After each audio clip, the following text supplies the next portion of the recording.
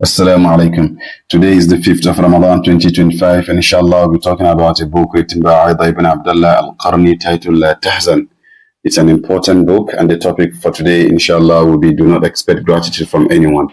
Allah the Almighty created His slaves so that they may worship Him, He provided for them, gave them sustenance, gave them the ability to see and talk and walk. He gave them so much blessings. Alas, a lot of people are denying Him His existence. Others are grateful not to Him. Others even worship beside Him. While there are many others who have completely denied even His existence. Now, if people can treat Allah in that manner, the one who created the heavens and earth, the one who created them, what do you think they will do to you as a human being, as who perhaps sometimes might even be full of faults? You know, there are times where you will be kind to people, you will be gentle with them, you will help them to become someone in life, you will help them to achieve so much, only for them to turn around and start fighting you or making you an enemy. They just simply will become so ungrateful to you for all the things that you've done for them. So nevertheless, we should understand that you're going to feel betrayed. A lot of people will betray you. Why? Because you help them to become someone in life. You shouldn't be surprised about that. That someone you help today is now the one fighting you or turning against you. So some people might even despise you and make you an enemy for no other reasons than you have shown them kindness. The verse in the Quran chapter 9, verse number 4, it says, وَمَا نَقَمُوا مِنْهُمْ إِلَّا أَنْ أَغْنَاهُمُ اللَّهُ مِنْ فَضْلِهِ.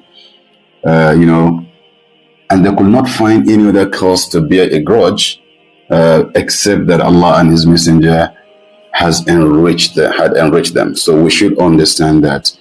So from among the ever repeated pages of history is a story of a father and his son. And the former, or let me say, the father he gave birth to his son, made him who he is, nurtured him, paid his school fees, fight for him, clothed him, ensured that he protected him. But then eventually, when the son grows up, he will find no other person to be so ungrateful to except for his father. This is one of the most common things that we can ever read if we were to talk about this. Even in this modern time, we've seen that happening so many times, where you see a lot of people are not just even grateful, even to their own parent for the things that they've done to them. You remember when your parent or let's say your dad, will have to stay hungry so that his son could eat. He will toil so that his son could feel comfort. And when the son became older and stronger, he rewarded his father with disobedience, disrespect, and contempt. That has happened many times. Personally, I have witnessed one or two of these scenarios, this kind of cases. May we not be among people that will be ungrateful to our parent. So what you do now is to be at peace with yourself. Understand that whatever it is you're doing, you shouldn't do anything good to anyone and expecting good in return. Just be kind to people for the sake of Allah. Just be gentle with them because they deserve it, or because you just want to be nice to them, but not because you're expecting something in return. Just do it for them for the sake of Allah. That your reward will come from God Himself, but not from these people. This will prevent whatever kind of disappointment that you might experience in the nearest future time, should there be any kind of disappointment anyway. So again, this is not to say that you should refrain from performing acts of kindness towards others. And just like I said, the point is that you should be mentally prepared for any form of ingratitude, especially from people that you've made. I think one of the most common things that you can ever find is when in Nigeria, you see there are many, almost in all cases, where a governor, when he's about stepping down or is about, to end his tenure, he will fight to ensure that one of his friends or closest ally will succeed him. But at the end of the day, we usually find a lot of disappointment, especially from these people that have made. I think there are so many of these cases without mentioning any of the state actually.